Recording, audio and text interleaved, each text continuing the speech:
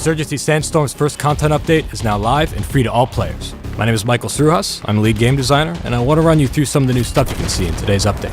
But before we do that, we first want to say thank you all so much for your support. Sandstorm's launch was just awesome. We had so much positive response and a ton of great feedback. We've been hard at work since release, acting on all your input.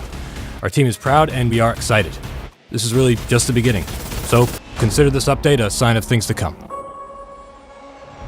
An arcade section has been added to the play menu. This section offers a separate experience from the core game that's a little more loose when it comes to our typical gameplay and overall style.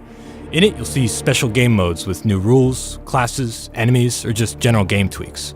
Our first mode offered for arcade is Team Deathmatch. The rules are simple. Kill enough of the enemy to win. Use an increased amount of supply points to purchase any weapon, attachment, or upgrade in the game, regardless of faction, save for heavy explosives, which can be found in the map. The arcade will evolve over time with the new game modes cycling in on a regular basis. And don't worry, every arcade mode will always be available to be hosted and played on community servers. There's a lot more to come with arcade, so stay tuned. You're going to see some stuff that might surprise you. We've added 5 new weapons. First, we have the MP5A2 for Insurgents and the MP5A5 for Security. Perfect for close quarters, these low-caliber weapons offer good recoil control while still remaining lethal.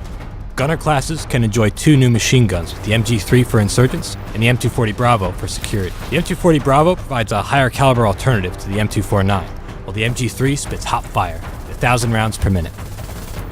We've also added a new security handgun, the PF940, which has a high-capacity magazine and 9mm rounds. The M84 flash grenade has been reworked to be more effective. Flashbangs now blind for longer, as well as slow down movement and look speeds of those caught in the blast. Both factions have new cosmetic items to unlock, including a new camouflage pattern, eyewear, skull masks, tattoos, and more. In addition to adding new content, of course, we've made a ton of bug fixes, improved performance, and added many quality of life improvements based on your feedback.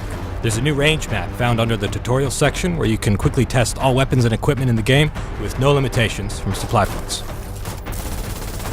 Weapons will now pull back further instead of always moving down when obstructed, and properly take into account the length of barrel attachments like suppressors. Now, your weapon length may offer you an advantage or disadvantage in close quarters. Competitive now has more choices for weapon optics, a tiebreaker mechanic, and a lever penalty for players who exit a match early. We visualized restricted areas in the tactical map so it's easier to stay in bounds, improved the indication of gaining and losing reinforcement waves on the heads-up display, added a clear notification for when your weapon's reload has been interrupted, and implemented vote kicking as a community server option. Those are the highlights of this update, but you can hop in game to see the rest. And be sure to stay tuned for more. We've got more good stuff on the horizon, including XP gain on community servers, a new map, weapons, cosmetics, modding support, and more. Follow our social media at Insurgency Game on Twitter, Instagram, YouTube, and Facebook. We post all our updates on those platforms. And remember, this is just the beginning.